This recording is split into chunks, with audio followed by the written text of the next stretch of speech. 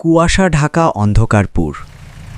পুরনো জিপ গাড়িটার ইঞ্জিনটা যখন শেষবারের মতো একটা বিকট শব্দ করে থেমে গেল, তখন চারিদিকে নিস্তব্ধতা যেন আরও কয়েক গুণ বেড়ে গেল। আরিয়ান ঘড়ি দেখল, রাত 11:15। শীতের রাত না হলেও এই গ্রামে ঢোকার পর থেকেই একটা হাড় কাঁপানো ঠান্ডা বাতাস তাদের সঙ্গী হয়েছে। সামনের উইন্ডস্ক্রিনের ওপাশে ঘন সাদা কুয়াশা। হেডলাইটের ম্লান আলোতে শুধু দেখা যাচ্ছে রাস্তার দুপাশে সারি সারি দাঁড়িয়ে থাকা কঙ্কালসার প্রাচীন গাছগুলো। ভাইয়া, আমরা কি ঠিক জায়গায় এসেছি? দিয়ার ক্ষীণ কণ্ঠস্বর আরিয়ানের ভাবনায় ছেদ টানল। গাড়ির পেছনের সিটে গুটিসুটি মেরে বসে আছে দিয়া। তার কোলে একটা পুরনো ডায়েরি, যেটা সে সারাটা পথ একবারের জন্যও কোল থেকে নামায়নি। দিয়ার ফ্যাকাশে মুখ আর চোখের নিচের কালো দাগগুলো দেখে আরিয়ানের বুকের ভেতরটা একটু খচখচ করে উঠল। গত 3 মাস ধরে দিয়া ঠিক মতো ঘুমোতে পারে না। ডাক্তাররা বলেছে এটা স্লিপ ডিসঅর্ডার, কিন্তু আরিয়ান জানে দিয়া অন্য কিছু ভয় পায়। হ্যাঁ দিয়া, ম্যাপ অনুযায়ী এটাই অন্ধকারপুর, আর একটু সামনেই আমাদের পৈতৃক বাড়িটা হওয়ার কথা, আরিয়ান শান্ত স্বরে বলল, যদিও নিজের মনে সে খুব একটা শান্ত ছিল না। আরিয়ান একজন ইনভেস্টিগেটিভ জার্নালিস্ট। পৃথিবীর অনেক রহস্যময় জায়গায় সে গিয়েছে, অনেক অন্ধকার সত্য সে উন্মোচন করেছে, কিন্তু এই গ্রামটা কেমন যেন আলাদা। এখানে আসার পথে গত 10 মাইলের মধ্যে তারা কোনো মানুষ দেখেনি, কোনো পাখির ডাক শোনেনি, এমনকি রাস্তার পাশে কোনো জোনাকিও জ্বলছে না। যেন প্রকৃতি এখানে এসে তার সমস্ত প্রাণ হারিয়ে ফেলেছে।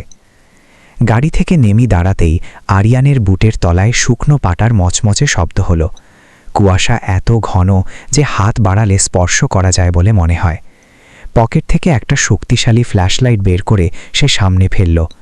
ম্লান আলোয় ভেসে উঠল একটি বিশাল লোহার গেট। মরিচা ধরা গেটটি অর্ধেক খোলা অবস্থায় ঝুলে আছে, যেন কোনো অতিকায় দানব তার মুখ হা করে রেখেছে তাদের গিলে ফেলার জন্য। দিয়া, নামো, বাকি পথটা হেঁটেই যেতে হবে, গাড়িটা আর এক পাও নড়বে বলে মনে হচ্ছে না, আরিয়ান বলল। দিয়া গাড়ি থেকে নামল, কিন্তু তার চোখ স্থির হয়ে আছে গেটের ওপরের একটা চিহ্নের দিকে। সে বিড়বিড় করে কিছু একটা বলল, যা আরিয়ান শুনতে পেল না। কি বললি দিয়া? ওরা জানতো আমরা আসবো ভাইয়া, বাড়িটা আমাদের ডাকছে, দিয়া একদম নিস্পৃহ গলায় বলল।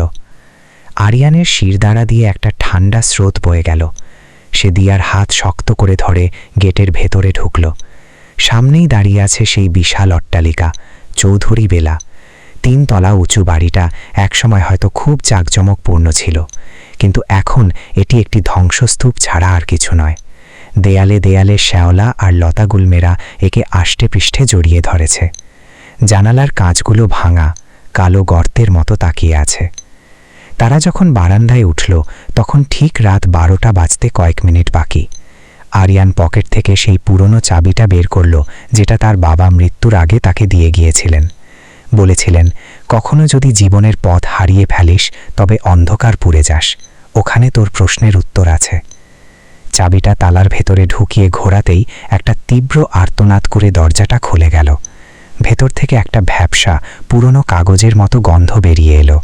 ফ্ল্যাশলাইটের আলোতে দেখা গেল বিশাল ড্রয়িং রুম। ধুলোর আস্তরণ পড়ে আছে আসবাবপত্রের ওপর, মাকড়সার জালে ছেয়ে গেছে কড়িকাঠ। কিন্তু সবচেয়ে অদ্ভুত ব্যাপার হলো, এত বছর বন্ধ থাকার পরেও ঘরের মাঝখানের বড় ডাইনিং টেবিলে একটা নীল রঙের মোমবাতি আধপোড়া অবস্থায় দাঁড়িয়ে আছে। ভাইয়া, দেখেছিস? দিয়া ফিসফিস করে বলল। সে আঙুল দিয়ে দেয়ালের দিকে ইশারা করল। আরিয়ান আলো ফেলল সেখানে। বিশাল একটা তৈলচিত্র। এক ভদ্রলোক চেয়ারে বসে আছেন, পরনে জমিদারি পোশাক। কিন্তু আশ্চর্যের বিষয় হলো, তার মুখটা কেউ ধারালো কিছু দিয়ে খুবলে নষ্ট করে দিয়েছে। মুখ বলতে সেখানে শুধু একটা কালো শূন্যতা। হয়তো কোনো চোর বা উটকো মানুষ এসে নষ্ট করেছে, আরিয়ান নিজেকে সান্ত্বনা দেওয়ার জন্য বলল। ঠিক তখনই সারা বাড়ি যেন একবার কেঁপে উঠল। কোথা থেকে একটা দমকা বাতাস এসে ড্রয়িং রুমের ভারী পর্দাগুলোকে উড়িয়ে দিল। আরিয়ানের হাতের ফ্ল্যাশলাইটটা একবার জ্বলে উঠেই দপ করে নিভে গেল। পুরো ঘর এখন ঘুটঘুটে অন্ধকার। আরিয়ান, দিয়ার গলাটা একদম কাছ থেকে শোনা গেল না, মনে হলো সেটা আসছে সিঁড়ির ওপর তলা থেকে। দিয়া, তুই ওখানে কিভাবে গেলি? নিচে আয়। আরিয়ান চিৎকার করল। তার হাত অন্ধকার হাতড়ে দিয়াকে খুঁজছে। হঠাৎ করেই ডাইনিং টেবিলের ওপর সেই নীল মোমবাতিটা দপ করে জ্বলে উঠল, কিন্তু আগুনের শিখাকা স্বাভাবিক নয়, সেটা নীলচে এবং স্থির। সেই আলোয় আরিয়ান দেখল দিয়া তার পাশেই দাঁড়িয়ে আছে। তার মুখটা পাথরের মতো শক্ত হয়ে আছে। আমি তো এখানেই আছি ভাইয়া, আমি কথা বলিনি, দিয়া ফিসফিসিয়ে বলল। তাহলে ওই ডাকটা কার ছিল? আরিয়ান যখন ভাবতে যাবে তখনই সিঁড়ির ওপর থেকে আবার সেই ডাক এলো, এবার আরও স্পষ্ট, আরও তীক্ষ্ণ। আরিয়ান, ফেরে আয়। শব্দটা যেন কোনো মানুষের গলা নয়, বরং দুটো পাথর ঘষলে যেমন শব্দ হয় তেমন খসখসে। সেই শব্দের সাথে সাথে ওপর তলা থেকে কিছু একটা গড়িয়ে নিচে নেমে এলো। সিঁড়ি দিয়ে ধপধপ শব্দ করে সেটা সোজা আরিয়ানের পায়ের কাছে এসে থামল। আরিয়ান নিচের দিকে আলো, ফ্ল্যাশলাইট ঠিক হয়ে গেছে, ফেলতেই দুপা পিছিয়ে গেল।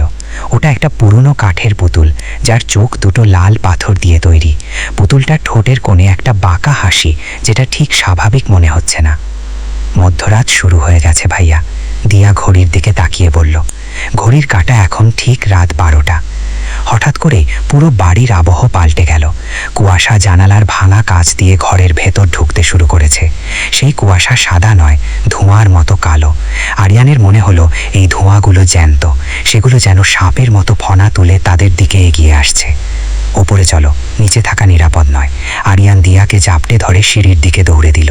কিন্তু সিঁড়িতে পা দিতেই আরিয়ান এক অদ্ভুত বিষয় খেয়াল করল। সে যত উপরে ওঠার চেষ্টা করছে, সিঁড়িগুলো যেন তত লম্বা হয়ে যাচ্ছে। প্রথম তলায় পৌঁছাতে সাধারণত 20-25টা সিঁড়ি থাকে, কিন্তু সে ইতিমধ্যে 50টির বেশি সিঁড়ি ভেঙে ফেলেছে। তবুও ল্যান্ডিং দেখা যাচ্ছে না। পেছনে তাকিয়ে দেখল নিচতলাটা এখন এক অতল অন্ধকারের গহ্বর। এটা অসম্ভব। দিয়া, চোখ বন্ধ কর, আরিয়ান চিৎকার করল। ঠিক সেই মুহূর্তে সিঁড়ির পাশের দেয়াল থেকে একটা ছায়া হাত বেরিয়ে এলো, কুচকুচে কালো, ধোঁয়ার মতো অবয়ব। হাতটা আরিয়ানের কাঁধ ছুঁল। এক নিমিষেই আরিয়ানের সারা শরীর বরফের মতো জমে গেল। তার মনে হলো তার শরীরের সমস্ত প্রাণ শক্তি কেউ শুষে নিচ্ছে। ছেড়ে দাও ওকে, দিয়া চিৎকার করে উঠল। তার চোখের মণি এখন পুরো কালো হয়ে গেছে। সে তার হাতের ডায়েরিটা উঁচু করে ধরল। একটি বিকট চিৎকার প্রতিধ্বনিত হলো পুরো বাড়িতে। ছায়া হাতটা ধোঁয়ার মতো মিলিয়ে গেল। আরিয়ান হাঁপাতে হাঁপাতে সিঁড়ির উপর আছড়ে পড়ল। দিয়া তাকে টেনে তুলল। তারা এখন দোতলার করিডোরে। করিডোরটা অনেক লম্বা, দুপাশে সারি সারি বন্ধ দরজা। আরিয়ান লক্ষ্য করল প্রতিটি দরজার নিচে দিয়ে রক্তবর্ণের তরল কিছু একটা গড়িয়ে বেরোচ্ছে। আর ঠিক সামনের একটা ঘর থেকে ভেসে আসছে অদ্ভুত এক বাজনা। কোনো গ্রামোফোন বাজছে। সুরটা করুণ কিন্তু ভয়ঙ্কর সম্মোহনী। ডক্টর মোস্তাক ঠিকই বলেছিলেন। দিয়া দেয়াল ধরে হাঁটতে হাঁটতে বলল, এই বাড়িটা সজীব, এটা শ্বাস নেয়, এটা স্বীকার করে। আরিয়ান টলতে টলতে উঠে দাঁড়ালো। তার সাংবাদিক মস্তিষ্ক এখন কাজ করছে না। তার যুক্তিবাদ হার মানছে এই অতি প্রাকৃত বাস্তবতার কাছে। সে বুঝতে পারছে তারা এখানে শুধু বেড়াতে আসেনি বা পৈতৃক সম্পত্তি উদ্ধার করতে আসেনি, তাদের এখানে আনা হয়েছে। ঠিক তখনই করিডোরের শেষ প্রান্তের জানালা দিয়ে একটা বিদ্যুৎ চমকে উঠল। সেই আলোয় আরিয়ান দেখল করিডোরের মাঝখানে একজন বৃদ্ধ লোক দাঁড়িয়ে আছেন। তার পরনে ছেঁড়া কোট, হাতে একটি পুরনো লণ্ঠন। লণ্ঠনের আলোটা কাঁপছে। লোকটি ডক্টর মোস্তাক। তিনি তাদের দিকে করুণ হাসলেন। দেরি করে ফেললে বাছা, ও জেগে উঠেছে। আজ পূর্ণিমা নয়, আজ অমাবস্যা, রক্তের তৃষ্ণা মিটানোর রাত। তোমরা কি তৈরি? আরিয়ান কিছু বলতে চাইল, কিন্তু দেখল ডক্টর মোস্তাকের পায়ের কোনো ছায়া মেঝেতে পড়ছে না। তার নিজের আর দিয়ার ছায়াগুলো মেঝের উপর ছটফট করছে, যেন তারা শরীর থেকে আলাদা হয়ে পালিয়ে যেতে চায়। বাইরে তখন ঝমঝম করে বৃষ্টি শুরু হয়েছে, কিন্তু সেই বৃষ্টির শব্দটা ঠিক বৃষ্টির মতো নয়। মনে হচ্ছে হাজার হাজার আঙুল একসাথে জানালার কাছে নখ দিয়ে আঁচড়ট কাটছে। ভিতরে আসো, দরজাটা এখনই বন্ধ হবে, মোস্তাক ইশারা করলেন। আরিয়ান আর দিয়া যখন তার ঘরের দিকে দৌড় দিল, ঠিক তখন তাদের পেছনে সিঁড়ির থেকে ভেসে এলো সেই নারকেল লড্ড হাসি। পুরো বাড়িটা যেন অশুভ এক আনন্দে কাঁপছে। মধ্যরাতের বিভীষিকা কেবল শুরু হলো। নিষিদ্ধ ইতিহাস ও রক্তচুক্তি। ডক্টর মোস্তাকের ঘরের ভেতরটা বাইরের করিডোরের চেয়েও বেশি অদ্ভুত। দেয়াল জুড়ে টাঙানো রয়েছে প্রাচীন ম্যাপ, অদ্ভুত সব সাংকেতিক চিহ্ন আর মানুষের মাথার খুলির রেখাচিত্র। টেবিলের উপর রাখা ম্লান লণ্ঠনের আলোয় তার মুখটা আরও কুঁচকে যাওয়া চামড়ার মতো দেখাচ্ছে। তিনি কাঁপা কাঁপা হাতে জানালার পর্দাগুলো টেনে দিলেন। বসুন, ডক্টর মুস্তাক একটি কাঠের চেয়ার ইশারা করে বললেন, তার কণ্ঠস্বর শুকনো পাতার মর্মর শব্দের মতো। আরিয়ান আর দিয়া বসে পড়ল। আরিয়ানের হার্টবিট এখনও স্বাভাবিক হয়নি। সে সোজাসুজি ডক্টরের চোখের দিকে তাকিয়ে বলল, আপনি এখানে কিভাবে? আর আপনি কিভাবে জানতেন আমরা আজই আসব? আর বাইরের ওই ছায়াগুলো, ওগুলো কি? ডক্টর মুস্তাক একটি দীর্ঘশ্বাস ফেলে নিজের চশমাটা পরিষ্কার করলেন। আমি এই বাড়ির ইতিহাস খুঁড়তে এসে নিজেই ইতিহাসের অংশ হয়ে গেছি আরিয়ান। তোমাদের পূর্বপুরুষরা, মানে চৌধুরী বংশের প্রথম পুরুষ নীলকণ্ঠ চৌধুরী ছিলেন একজন তান্ত্রিক এবং অত্যন্ত উচ্চাভিলাষী মানুষ। তিনি চেয়েছিলেন এমন ক্ষমতা যা তাকে অমরত্ব দেবে এবং এই পুরো অঞ্চলে তার শাসন কায়েম রাখবে। কিন্তু ক্ষমতার দাম তো অনেক। দিয়া ফিসফিস করে বলল, তার চোখ দুটো এখনও ঘরের কোণের অন্ধকারগুলোর দিকে স্থির। ঠিক ধরেছ মা, মুস্তাক মাথা নাড়লেন। 1800 সালের কোনো এক অমাবস্যার রাতে নীলকণ্ঠ চৌধুরী এই বাড়ির নিচে একটি গোপন প্রকোষ্ঠে ছায়াশরীরী নামক এক অশরীরী শক্তির সাথে চুক্তি করেছিলেন। সেই শক্তি তাকে সম্পদ আর ক্ষমতা দিয়েছিল, কিন্তু বিনিময়ে চেয়েছিল প্রতি 20 বছর পর পর এই বংশের এক ফোঁটা শুদ্ধ রক্ত, অর্থাৎ পরিবারের কোনো সদস্যের বলি। আরিয়ান শিউরে উঠল। বলি? তার মানে আমার বাবা, আমার দাদু সবাই কি এই চুক্তির কথা জানতেন? তোমার বাবা জানতেন বলেই তোমাদের এই গ্রাম থেকে দূরে সরিয়ে নিয়ে গিয়েছিলেন। তিনি চেয়েছিলেন এই অভিশাপের চেনটা ভেঙে দিতে। কিন্তু সমস্যা হলো, এই শক্তিটি একটি পরজীবী। যখন সে তার প্রাপ্য রক্ত পায় না, তখন সে ক্ষিপ্ত হয়ে ওঠে। আর আজ সেই 20 বছরের চক্র পূর্ণ হয়েছে। হঠাৎ ঘরের দরজাটা কেউ সজোরে ধাক্কা দিল। থুপ থুপ থুপ। মনে হলো দরজার ওপাশে কোনো দানব তার বিশাল কাঁধ দিয়ে ধাক্কা দিচ্ছে। আরিয়ান লাফ দিয়ে উঠে দাঁড়ালো। ভয় পাবেন না, ডক্টর মুস্তাক শান্ত গলায় বললেন। এই ঘরটি লবণের রেখা আর বিশেষ কিছু মন্ত্র দিয়ে সুরক্ষিত। যতক্ষণ আপনারা এর ভেতর আছেন, ছায়াশরীরই সরাসরি আপনাদের স্পর্শ করতে পারবে না, কিন্তু সে আপনাদের প্রলুব্ধ করবে বাইরে বের করে নেওয়ার জন্য। ঠিক তখনই একটা অদ্ভুত ঘটনা ঘটল। ঘরের ভেতরে থাকা পুরনো গ্রামোফোনটা নিজে থেকেই ঘুরতে শুরু করল, কোনো রেকর্ড ছাড়াই। সেখান থেকে আরিয়ানের মায়ের কণ্ঠস্বর ভেসে এলো। আরিয়ান, বাবা, বাইরে আয়। আমি এখানে খুব কষ্টে আছি, খুব অন্ধকার এখানে। আরিয়ানের চোখ ভিজে এলো। তার মা বহু বছর আগে মারা গেছেন। এই কণ্ঠস্বর হুবহু তার মতো। সে অজান্তেই দরজার দিকে এক পা বাড়ালো। আরিয়ান, যেও না! দিয়া চিৎকার করে আরিয়ানের হাত চেপে ধরল। ওটা মা নয়, তুমি কি দেখতে পাচ্ছ না? দিয়ার স্পর্শে আরিয়ানের ঘোর কাটল। সে দেখল দরজার নিচ দিয়ে কালো কুয়াশাগুলো সাপের মতো ভেতরে ঢোকার চেষ্টা করছে, কিন্তু চৌকাঠের কাছে থাকা সাদা লবণের গুঁড়ো স্পর্শ করতেই সেগুলো ছাই হয়ে যাচ্ছে। ডক্টর মুস্তাক টেবিল থেকে একটি পুরনো চামড়ায় বাঁধানো বই বের করলেন। আমাদের হাতে সময় খুব কম।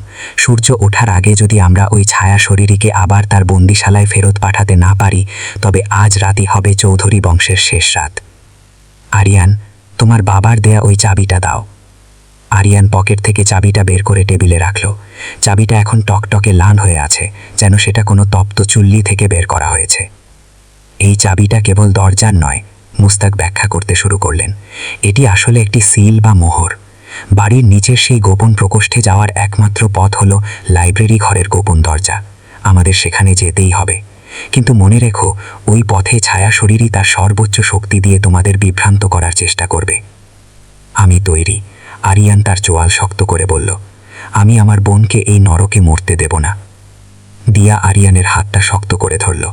তার ছোট ছোট আঙুলগুলো কাঁপছে, কিন্তু চোখে এক অদ্ভুত সংকল্প। আমিও যাব। আমি বুঝতে পারছি ও কোথায় লুকিয়ে আছে। আমি ওর হৃদস্পন্দন শুনতে পাচ্ছি। ওটা পাথরের মতো ঠান্ডা। ডক্টর মুস্তাক একটি লোহার রড আর একটি তেলের মাশাল জ্বালিয়ে নিলেন। সাবধান, এখন থেকে প্রতিটি পদক্ষেপ হবে মৃত্যুর সাথে লড়াই। মনে রেখো, যা দেখবে তার সব কিছু সত্যি নয়। চোখ যা দেখবে তা বিশ্বাস করো না, মন যা বলবে তাই শোনো। তারা যখন ঘর থেকে বের হওয়ার জন্য দরজার সামনে দাঁড়ালো, বাইরের আওয়াজগুলো হঠাৎ থেমে গেল। এক অসহ্য স্তব্ধতা। আরিয়ান ধীরে ধীরে দরজাটা খুলল। করিডোরটা এখন আর আগের মতো নেই। সেটা এখন একটা বিশাল অন্ধকার টানেলের মতো দেখাচ্ছে, যার শেষ নেই। লণ্ঠনের আলোতে দেখা গেল দেয়ালে টাঙানো তৈলচিত্রগুলোর মানুষেরা এখন কাঁদছে। তাদের চোখ দিয়ে রক্তের মতো লাল জল গড়িয়ে পড়ছে। আরিয়ান, দিয়া ফিসফিস করে বলল, দেখ, আমাদের ছায়াগুলো আমাদের আগে আগে হাঁটছে। আরিয়ান তাকিয়ে দেখল, সত্যিই তাই। মেঝেতে তাদের ছায়াগুলো তাদের শরীরের সাথে লেগে নেই, বরং সেগুলো কয়েক হাত সামনে একা একাই হেঁটে যাচ্ছে অন্ধকার লাইব্রেরির দিকে, যেন ছায়াগুলোই তাদের টেনে নিয়ে যাচ্ছে মৃত্যুর দিকে। গল্পের এই মোড়ে আরিয়ান বুঝতে পারল, এই লড়াইটা কেবল ভূতের সাথে নয়, বরং নিজের ভয় আর অস্তিত্বের সাথে। অধ্যায় ৩, লাইব্রেরির গোলকধাঁধা এবং রক্তচক্ষু। করিডোরের সেই অদ্ভুত স্তব্ধতা যেন কানে তালা লাগিয়ে দিচ্ছিল। লণ্ঠনের ম্লান হালতে আরিয়ান দেখল দেয়ালে জমে থাকা শ্যাওলাগুলো যেন জ্যান্ত হয়ে নড়ছে। ডক্টর মোস্তাক সবার আগে হাঁটছেন, তার হাতের মশালটি থরথর করে কাঁপছে। লবণের রেখা পার হওয়ার পর থেকেই পরিবেশটা ভারী হয়ে উঠেছে। মনে হচ্ছে কেউ অদৃশ্য কোনো হাত দিয়ে তাদের বুক চেপে ধরেছে। লাইব্রেরিটা এই বাঁকের পরেই, ডক্টর মোস্তাক নিচু স্বরে বলবেন। মনে রেখো, লাইব্রেরিতে হাজার হাজার পুরনো বই আছে। প্রতিটি বইয়ে কারো না কারো স্মৃতিবন্দী। ছায়াশরীরই সেই স্মৃতিগুলোকে ব্যবহার করে তোমাদের আটকে ফেলার চেষ্টা করবে। তারা যখন লাইব্রেরির বিশাল কাঠের দরজার সামনে পৌঁছালো, আরিয়ান দেখল দরজার গায়ে খোদাই করা আছে চৌধুরী বংশের সেই অভিশপ্ত চিহ্ন, একটি ভাঙা তলোয়ার আর একটি খোলা চোখ। আরিয়ান চাবিটা গর্তে চকিয়ে ঘোরাতেই একটা হাড় হিম করা আর্তনাদ ভেসে এলো লাইব্রেরির ভেতর থেকে। দরজাটা ধীর গতিতে খুলে গেল। ভেতরে চারপাশটা বিশাল, মেঝের নিচ থেকে ছাদ পর্যন্ত কেবল বই আর বই, কিন্তু কোনো বই সোজা হয়ে নেই, সব যেন এলোমেলোভাবে পড়ে আছে। বাতাসের ঝাপটায় বইয়ের পাতাগুলো নিজে নিজেই উল্টে যাচ্ছে, যা থেকে এক বিজাতীয় ফিসফিসানি তৈরি হচ্ছে। ভাইয়া, বইগুলো কথা বলছে। দিয়া কানে হাত দিয়ে চেপে ধরল, তার মুখটা নীল হয়ে গেছে। আরিয়ানোর কাঁধে হাত রেখে অভয় দেওয়ার চেষ্টা করল, কিন্তু সে নিজেও চমকে উঠল।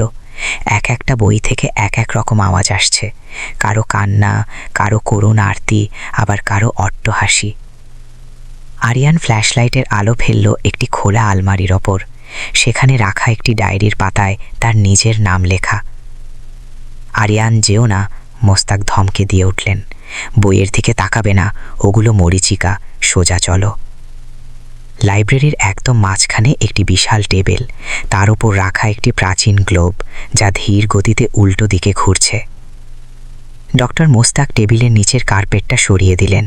সেখানে একটি বৃত্তাকার পাথরের স্ল্যাব দেখা গেল, মাঝখানে একটি ফুটো, যেখানে আরিয়ানের সেই লাল হয়ে থাকা চাবিটা খাপে খাপে বসে যায়। আরিয়ান, চাবিটা দাও। মোস্তাক হাত বাড়ালেন। আরিয়ান চাবিটা দিতে যাবে, ঠিক তখনই লাইব্রেরির সব মোমবাতি আর লণ্ঠন একসাথে দপ করে নিভে গেল। ঘোর অন্ধকার, কেবল দিয়ার চোখের মণি দুটো বিড়ালের মতো অন্ধকারে জ্বলছে। ভাইয়া সরো! দিয়া আর্তচিৎকার করে আরিয়ানকে ধাক্কা দিল। আরিয়ান ছিটকে পড়ার সাথে সাথেই দেখল ডক্টর মোস্তাকের অবয়বটা ধোঁয়ার মতো বড় হয়ে গেল। তার হাতগুলো লম্বা হয়ে চাবুক হয়ে গেছে। মোস্তাকের সেই শান্ত মুখটা এখন এক বিভৎস কঙ্কালে পরিণত হয়েছে। তার শূন্য চোখের কোটর থেকে লাল আগুন বেরোচ্ছে। ডক্টর মোস্তাক! আরিয়ান স্তম্ভিত হয়ে গেল। বোকা ছিলে, সেই কঙ্কালসার মূর্তিটি গর্জে উঠল। আসল মোস্তাক তো 20 বছর আগেই মারা গেছে। আমি তাকেই ব্যবহার করি যারা এই বাড়িতে আসে তাদের প্রলুব্ধ করতে। আমিই ছায়া শরীরের প্রহরী। মূর্তিটি আরিয়ানের দিকে ঝাঁপিয়ে পড়তে চাইল, কিন্তু দিয়া তার হাতের সেই পুরনো ডায়েরিটা ছুঁড়ে মারল। ডায়েরিটা থেকে একটি তীব্র সাদা আলো বিচ্ছুরিত হলো, যা দানবটিকে পিছিয়ে দিল। ভাইয়া, এখনই চাবিটা ঘোরাও! দিয়া চিৎকার করে বলল। আরিয়ান শরীরের সমস্ত শক্তি দিয়ে পাথরের স্ল্যাবে চাবিটা ঢুকিয়ে মোচড় দিল। একটা বিকট শব্দে পাথরের স্ল্যাবটা সরে গেল, আর নিচে উন্মোচিত হলো একটি অন্ধকার সিঁড়ি, যা পাতালে নেমে গেছে। সেখান থেকে পচা মাংস আর পুরনো রক্তের গন্ধ নাকে আসছে। নিচে থেকে ভেসে এলো একটি গভীর গম্ভীর স্বর। শেষ পর্যন্ত আসলি নীলকণ্ঠের রক্ত, আয় আমার ঋণ শোধ কর। আরিয়ান দেখল ডক্টর মোস্তাকের সেই ছায়া মূর্তিটি বাতাসের সাথে মিশে গেছে, কিন্তু আসল বিপদ তো নিচে। সে সিঁড়ির দিকে তাকিয়ে দেখল সিঁড়িগুলো আর পাথরের নয়, সেগুলো যেন মানুষের হাড় দিয়ে তৈরি। দিয়া, তুই ওপরে থাক, আমি নিচে নামছি, আরিয়ান বলল। না ভাইয়া, আমার রক্তেও ওই অভিশাপ আছে। তুমি একা গেলে ফিরতে পারবে না, আমাদের একসাথেই শেষ দেখতে হবে, দিয়া শান্ত গলায় বলল। তার এই সাহসিকতা আরিয়ানকে অবাক করল। তারা যখন সেই অন্ধকার সুড়ঙ্গে পা দিল, লাইব্রেরির দরজাটা দড়াম করে বন্ধ হয়ে গেল। উপর থেকে পড়ার পথ এখন চিরতরে বন্ধ। এখন কেবল সামনে যাওয়ার পথ খোলা, যেখানে অপেক্ষা করছে অন্ধকারপুরের সবচেয়ে বড় রহস্য। সুড়ঙ্গের দেয়ালে মশাল ছাড়াই এক ধরনের নীলাভ আলো জ্বলছে। আরিয়ান দেখল দেয়ালে হাজার হাজার মানুষের ছবি আঁকা, যাদের এই 20 বছর পর পর বলি দেওয়া হয়েছে। আর সবার শেষে একটি খালি ফ্রেম রাখা আছে, যেখানে আরিয়ান আর দিয়ার অবয়ব ফুটে উঠছে ধীর গতিতে। আমরা বলির পাঠা হতে আসেনি, আরিয়ান বিড়বিড় করে বলল। আমরা এই ইতিহাস শেষ করতে এসেছি। সুড়ঙ্গের শেষ প্রান্তে পৌঁছাতেই তারা যা দেখল তাতে তাদের রক্ত হিম হয়ে গেল। সেখানে একটি বেদির ওপর বসে আছে একটি বিশাল ছায়ামূর্তি, যার কোনো নির্দিষ্ট আকার নেই। তার সামনে একটি রূপার পাত্রে লাল রঙের তরল টলটল করছে, আর সেই মূর্তির পায়ের কাছে পড়ে আছে আসল ডক্টর মোস্তাকের কঙ্কাল, যার হাতে তখনও একটি মন্ত্রের বই ধরা। ছায়া শরীরই তার রক্তচক্ষু মেলল। বলি দাও, নয়তো এই অন্ধকারপুর থেকে কেউ কোনোদিন জীবন্ত ফিরবে না। অধ্যায় 4, ছায়া শরীরীর অন্তিম খেলা। সুরঙ্গের সেই স্যাঁতসেঁতে কালকুঠুরিতে বাতাসের কোনো প্রবাহ নেই, তবুও সেখানে এক ধরনের অদৃশ্য হাহাকার প্রতিধ্বনিত হচ্ছিল। বেদি থেকে উঠে আসা সেই বিশাল ছায়া মূর্তিটি যেন পুরো ঘরের অন্ধকারকে শুষে নিচ্ছে। তার কোনো নির্দিষ্ট অবয়ব নেই, কেবল একজোড়া ধিকি ধিকি জ্বলতে থাকা লাল চোখ আর লম্বা হাড়বিহীন কিছু হাত। আমার খাজনা কোথায়? ছায়া শরীরীর কণ্ঠস্বর আরিয়ানের মাথার ভেতরে পাথরের ঘর্ষণের মতো বেজে উঠল। আরিয়ান তার হাতে থাকা ফ্ল্যাশলাইটটা শক্ত করে ধরল। আমরা কোনো খাজনা দিতে আসিনি, আমরা এসেছি এই নোংরা চুক্তি শেষ করতে। নীলকণ্ঠ চৌধুরী যে ভুল করেছিলেন তার মাসুল আমরা আর দেব না। ছায়ামূর্তিটি খিলখিল করে হেসে উঠল। সেই হাসিতে কুঠুরির দেয়াল থেকে ধুনো ঝরতে শুরু করল। চুক্তি শেষ করা এত সহজ নয় রক্ত। নীলকণ্ঠ তার আত্মার অর্ধেক আমাকে লিখে দিয়েছিলেন। যতক্ষণ এই বংশের রক্ত বেঁচে থাকবে, ততক্ষণ আমি এই অন্ধকারপুরে রাজত্ব করব। হয় তুই তোর বোনকে বলি দিবি, নয়তো আমি তোদের দুজনকে ছিঁড়ে এই মাটির নিচে পুঁতে ফেলব। হঠাৎ দিয়া আরিয়ানের হাত ছেড়ে দিয়ে এক পায়ে গিয়ে গেল। তার মুখটা এখন শান্ত, কিন্তু চোখ দুটো এক অদ্ভুত তেজ। ভাইয়া, ওটা মিথ্যে বলছে, দিয়া ফিসফিস করে বলল। ও আমাদের ভয় দেখিয়ে প্রলুব্ধ করার চেষ্টা করছে। দেখ, ও বেডি ছেড়ে নড়তে পারছে না। আরিয়ান ভালো করে লক্ষ্য করল। সত্যি, ছায়ামূর্তিটি বেদির ওপর একটি নির্দিষ্ট বৃত্তের মধ্যে বন্দী। তার ধোঁয়ার মতো শরীরটা ছটফট করছে, কিন্তু বৃত্তের বাইরে আসতে পারছে না। তুমি ঠিক বলেছ দিয়া, আরিয়ান বুঝতে পারল। ও শক্তিশালী, কিন্তু ও এই বাড়ির মাটির সাথে গেঁথে আছে। ডক্টর মোস্তাকের কঙ্কালের হাতে যে বইটা আছে, আমাদের ওটা নিতে হবে। কিন্তু কঙ্কালটি পড়ে আছে ঠিক বেডির পাদদেশে, যেখানে ছায়া শরীরীর লম্বা হাতগুলো অনবরত নড়াচড়া করছে। আমি ওর মনোযোগ ঘুরিয়ে দিচ্ছি, তুমি বইটা নাও, দিয়া বলে উঠল। কোনো কিছু বোঝার আগেই দিয়া তার ডায়েরি থেকে একটি বিশেষ পাতা ছিঁড়ে মন্ত্র পড়তে শুরু করল। দিয়ার চারপাশ থেকে একটি হালকা নীল আভা তৈরি হল। ছায়া শরীরী দিয়ার ওপর ক্ষিপ্ত হয়ে উঠল। অধ্যত বালিটা, তুই জানিস না কার সাথে কথা বলছিস। সে তার বিশাল ছায়া হাত দিয়ার দিকে বাড়িয়ে দিল, কিন্তু দিয়ার সেই সুরক্ষা বলয় স্পর্শ করতেই আগুনের ফুলকি ঠিকরে বেরোল। এই সুযোগ আরিয়ান জীবনের ঝুঁকি নিয়ে হামাগুড়ি দিয়ে এগিয়ে গেল ডক্টর মোস্তাকের কঙ্কালের দিকে। ছায়া শরীরের লাল চোখ এখন দিয়ার ওপর নিবদ্ধ। আরিয়ান দ্রুত হাতে মোস্তাকের কঙ্কাল থেকে পুরনো জরাজীর্ণ বইটি ছিনিয়ে নিল। বইটি হাতে নিতেই আরিয়ানের মনে হল তার হাত পুড়ে যাচ্ছে। বইয়ের মলাটে চৌধুরী বংশের সেই খোলা চোখ চিহ্নটি জ্বলছে। সে দ্রুত পাতা উল্টাতে লাগল। একদম শেষ পাতায় গিয়ে দেখল রক্ত দিয়ে লেখা একটি শ্লোক। যে রক্তে শুরু, সেই রক্তেই শেষ। বংশের শেষ চাবিকাঠি, স্বেচ্ছায় বিসর্জন। আরিয়ান থমকে গেল। স্বেচ্ছায় বিসর্জন। তার মানে কি কাউকে মরতে হবে? ভাইয়া, আমি বেশিক্ষণ আটকাতে পারছি না। দিয়ার চিৎকার আরিয়ানের কানে এলো। দিয়ার সুরক্ষা বলয় ফাটল ধরছে। ছায়া শরীরের হাতগুলো এখন দিয়ার গলা পর্যন্ত পৌঁছে গেছে। আরিয়ান দেখল বইয়ের নিচে একটি ছোট রূপার ছুরি আটকানো আছে। সে বুঝতে পারল বিসর্জন মানে মৃত্যু নয়, বরং এই জাদুর মূলে আঘাত করা। আরিয়ান, বইটা আগুনে ফেলো। হঠাৎ সুরঙ্গের অন্ধকার কোণ থেকে একটি ক্ষীণ কণ্ঠস্বর ভেসে এলো।